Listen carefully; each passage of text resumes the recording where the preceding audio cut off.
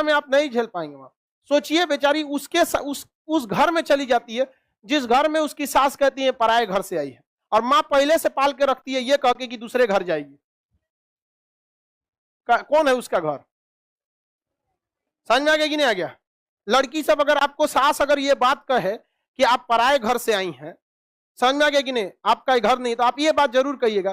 तब खान सर ने ये बोला था कि अगर पराये घर से आई हैं तब तो आप भी पराई हो गई, हम आपकी रिस्पेक्ट क्यों करें? अपने पे मत लीजिएगा, हमरे पे फेंक दीजिएगा। अगर कोई इस तरह से नहीं, आप अपना आप कहिए कि आपको हम उतना रिस्पेक्ट करेंगे जितने अपने माँ बाप का करते हैं। एक बार आप हमको अपनी बेटी समझ के तो देखिए, समझ में आ गया क्या? और जो सास आपकी रिस्पेक्ट करती है, आप अपनी मां से ज्यादा उसका रिस्पेक्ट कीजिए, क्योंकि अगर सास रिस्पेक्ट करती है और आप रिस्पेक्ट नहीं करिएगा तो आपने 100 लड़कियों की और लाइफ बर्बाद कर दी आपका।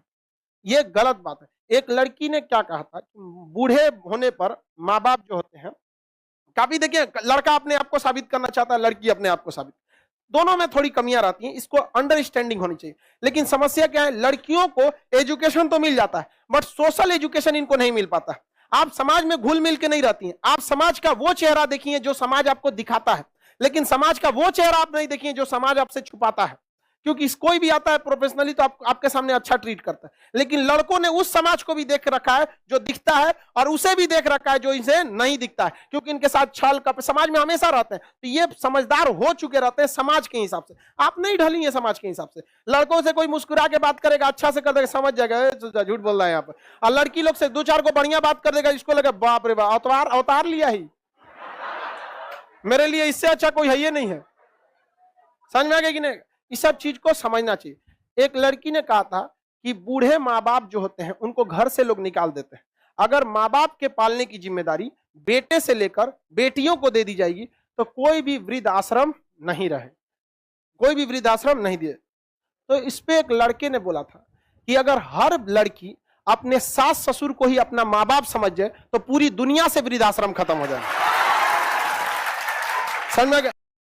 लड़की ने दोनों की जिम्मेदारी होती है। सास उसको अपनी बेटी बहुत अच्छी लगती है और उसकी अपनी बेटी 8 बजे सो के उठे उसको दिक्कत नहीं है, लेकिन बहू 4 बजे उठ जाए। 4 बजे बूढ़ा बूढ़ी तनी अपनी बेटिया को उठा के दिखाओ तो बहू को उठाना। ये हर सास से भी हम ये कहना चाहते हैं, अगर अपनी बेटी को सुबह 4 बजे उठा सकती हैं तो आप अपने बहू को भी उठाइए।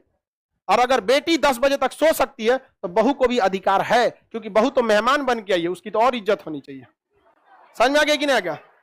और लड़की लोग को भी कहते हैं, याद रखिएगा, मेरी बात कड़वी होगी लेकिन औरत को ज्यादा तकलीफ औरत ही देती है। ये बात हमारी कड़वी लग सकती है, लेकिन आप देखिएगा किसी औरत को उसको ससुर कम सताए होंगे, सास ज्यादा सता देती हो, या किसी माँ को उसका बेटा कम लेकिन बहू ज्यादा सता देती हो। तो इस चीज में ईगो मत रखिएगा। अगर सास कुछ बोल भी देना तो बड़े का गाली भी आशीर्वाद समझ के रख लेता है, अगर आपके परिवार का है तो। बाहर वालों के लिए नहीं कहते, लेकिन इन सब चीजों को समझिए।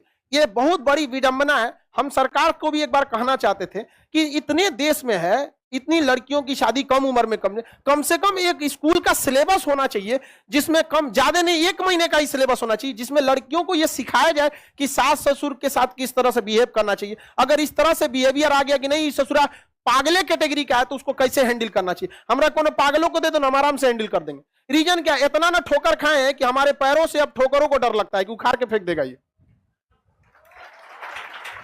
लेकिन आप लोग ठोकर नहीं खाइए, आप नहीं संभाल पाती हैं किसी चीज को। तो ये चीजें भी होनी चाहिए। गवर्नमेंट इस पर ध्यान नहीं देती है, वरना परिवार बहुत अच्छा से रह सकता है। और आप लोग को भी कहते हैं, हमेशा आपको यह सिखाया गया है कि लड़के रोते नहीं है। एक बार यह भी सीखिएगा कि लड़के रुलाते नहीं है।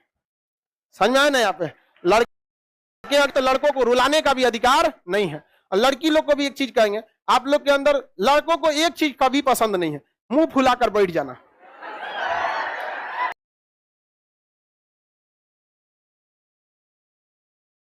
कर सकता है जो उसे मुंह ना फुलाए। 2 मिनट 5 मिनट बस, 5 मिनट से ज्यादा हुआ उसका सबर का बांध टूट जाता है। लड़का कभी मुंह फुला के नहीं बैठेगा। आप अपने भाई को देख लीजिएगा, मार देगा आपको, फिर शाम को बोलेगा नाश्ता लाओ, लेकिन आप ले जाकर ना समझ में कि नहीं? आपने बोल दिया अपने से, आप उसको मार लीजिए 2 लाठी, वो आपको माफ कर देगा, आपको नहीं बोल। लेकिन गुस्सा मुंह मत फुलाना लो, ये लड़कों को नहीं। आप लड़का लोग बताओ, आपको 2 लाठी पिटाना पसंद है कि मुंह फुलाना?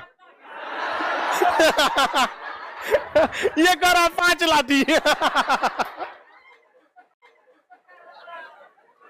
तो लड़की लोग समझो, आपके माँ बाप इसको सिखाते हैं, ये जिम्मेदारी हमारी नहीं है, लेकिन फिर भी हम कहते हैं कि चलो, हम लोग के जो शिक्षक थे, आज भी उनको रियल में जो बोला जाता है भगवान, क्योंकि उन्होंने जो पढ़ाया वो एग्जाम में तो काम आया ही, आप जीवन में भी बहुत काम आया। शायद हम उस बहुत खुशनसीब हैं जो हमें शिक्षक बहुत बेहतरीन मिले थे, इतना बेहतरीन शिक्षा दिया, आज भी काम आता है वहां पे। तो हम कोशिश करते हैं कि आप लोग को भी दिया जाए, आप लोग को उतना शिक्षा। तो लड़की लोग इस चीज को समझ में आ गया कि नहीं आएगा। और अपने घर के रिश्ते में जो अपना रिश्ता होता है उसके में जितना झुक के रहिएगा उतना आप आगे जाइएगा।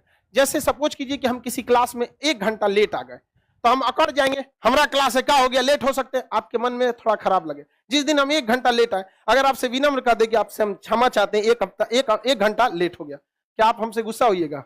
तो जहां आपका रिलेशन होता है वहां झुकिए, जितना झुकेंगे आप उतना ऊपर उठेंगे, अकड़िएगा नहीं। यहां पर जिस दिन हमसे लेट हो जाता है, हम सहजता से आपसे माफी मांग लेते हैं कि आज हम आपसे क्लास नहीं ले पाएंगे, सहजता से, क्योंकि हमें पता है कि आप हमारे अपने हैं।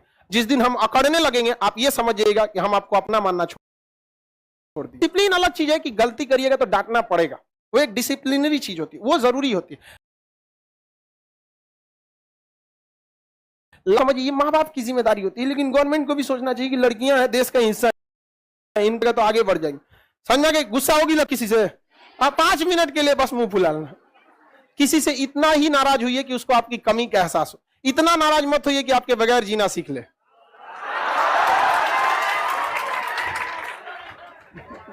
चल अब तुम लोग यहाँ पढ़ाई कर यार। सब देखो कचरा क्या कर रहा है सर, थैंक यू सर, सिखा तुम लोग कर रहे हैं, आई थैंक यू कर रहा है सर। रे तुम लोग कितना कचरा है।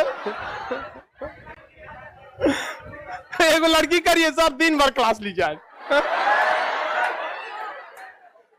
अरे किस्तों में आपको धीरे धीरे समझा देंगे। लड़की लोग को कभी कभी बोलते हैं ना, बुरा मान जाती है, ऐसा नहीं है बाबू। आप जिस दिन आप लोग बड़ी होइएगा ना, जब जीवन में कभी फंसिएगा और ये शिक्षा काम आएगा, तो याद आएगा कि कोई टीचर थे जो टीचर की तरह नहीं, एक मरखा भाई की तरह आपसे झगड़ा करते थे।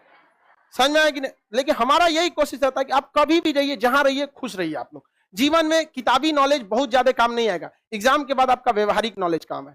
समझ में आएगी नहीं आएगा? और लड़का से भी कहेंगे, पर्सनल रिलेशन में हमेशा आप झुक के रहिए, जितना झुक के रहेंगे लोग आपको उतना ऊपर बैठा के रखें। अकड़िएगा तो पर्सनल रिलेशन ही नहीं रह जाता। समझ में आ गया कि नहीं आ गया? सास डांट देगी तो तुम लोग क्या लड़ जाएगी? आराम से कर दीजिए, गलती हो गया, हमारा घर नहीं, धीरे धीरे सीख जाएंगे आप। वो बेचारी खुदे रोने लगेगी, यार कितना सीधा मिली हमको। उसके पास भी हृदय होता है कि नहीं? अकड़ जाएगा, अपने बेटिया को नहीं देख रहे, हमरे को कहेंगे। सुना देगी कि नहीं सुना देगी? नहीं सुना देगी, बहुत सुना देगी आप। चलो अब देखते हैं, आप याद हो गया कि नहीं याद हो गया? व्यभिचार 300। देखो ये गधा क्या कर रहा है सर, सोशियोलॉजी का भी बैच शुरू कीजिए। देखो बाबू, सोशियोलॉजी में आपको यूनिवर्सिटी वगैरह में पढ़ाई होता है, जिंदगी का सबसे बेहतरीन लेसन खाली जेब और खाली पेट सिखाता है, वो कोई यूनिवर्सिटी नहीं सिखाती है। ये बहुत जरूरी चीज होता है यहाँ पर। जिन पैरों ने कभी ठोकर नहीं खाई है ना, उम्मीद छोड़ दीजिएगा ये पहाड़ जैसी बुलंदी चढ़ सकते हैं। इसलिए ठोकर का खाना जरूरी है। लोग खामखा कहते हैं कि बादाम खाने से दिमाग आता है, ठोकर खाने से आता। इसलिए हम लोग ठोकर खा गए हैं, हम आपको समझाते हैं कि उसी ठोकर से आप मत जाके लड़ जाइए।